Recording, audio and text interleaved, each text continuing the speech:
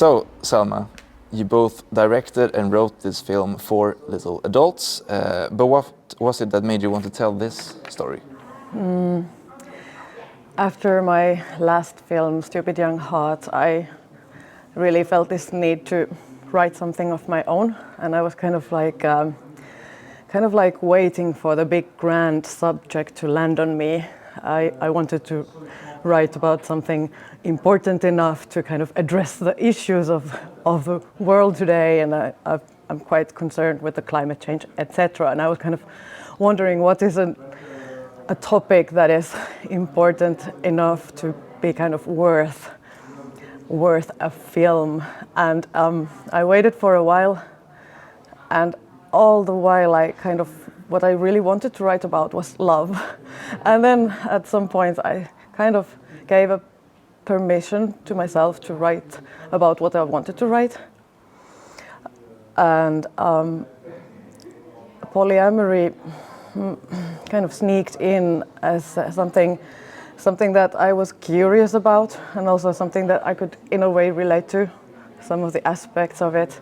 And also I was experiencing this some grief about or fear of abandonment myself. So all these things came together, and I started to write about these people. And I know you touched on this a little bit before, but can you explain a bit more about why it was important for you to challenge these sort of normative thoughts on monogamous relationships? I don't think there's anything wrong with people being monogamous. I'm monogamous myself, but I do want to challenge in myself and in the society some of the reasons behind it and some of the power structures that kind of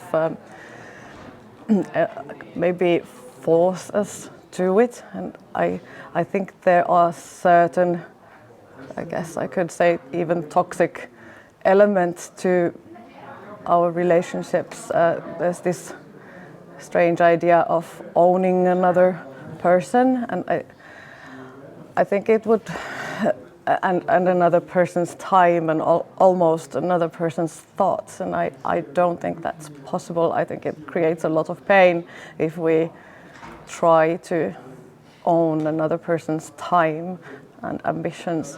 In the end, all these questions kind of circle around the question of what love is.